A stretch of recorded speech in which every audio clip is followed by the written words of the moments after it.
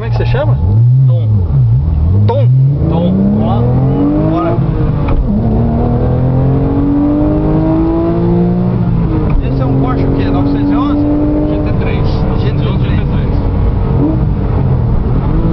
O que empurra aí atrás? Um 6 cilindros de quanto? 6 cilindros. Boxer, 415 cavalos. 415 cavalos. Primeira vez que eu ando num 415 cavalos.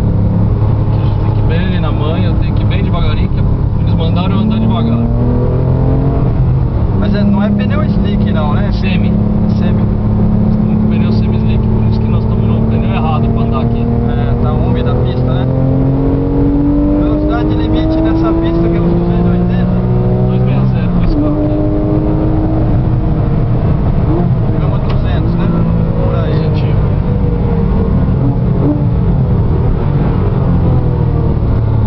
E esse carro tem placa, pode andar na rua. Esse carro anda na rua.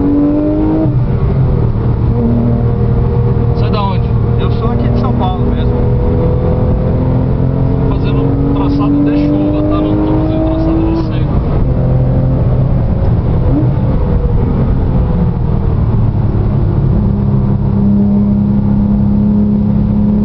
Muito bacana esse autódromo, né?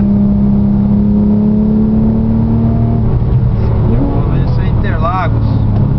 Você corre também, Tom? Corro. Na GT3? Na GT3.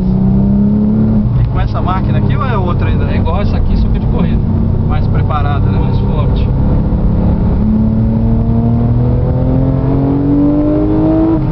É, 400 cavalos empurra, hein?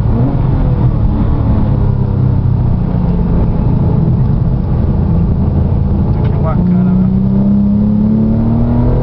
E qual que é teu carro?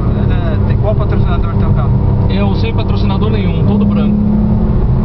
99. 99.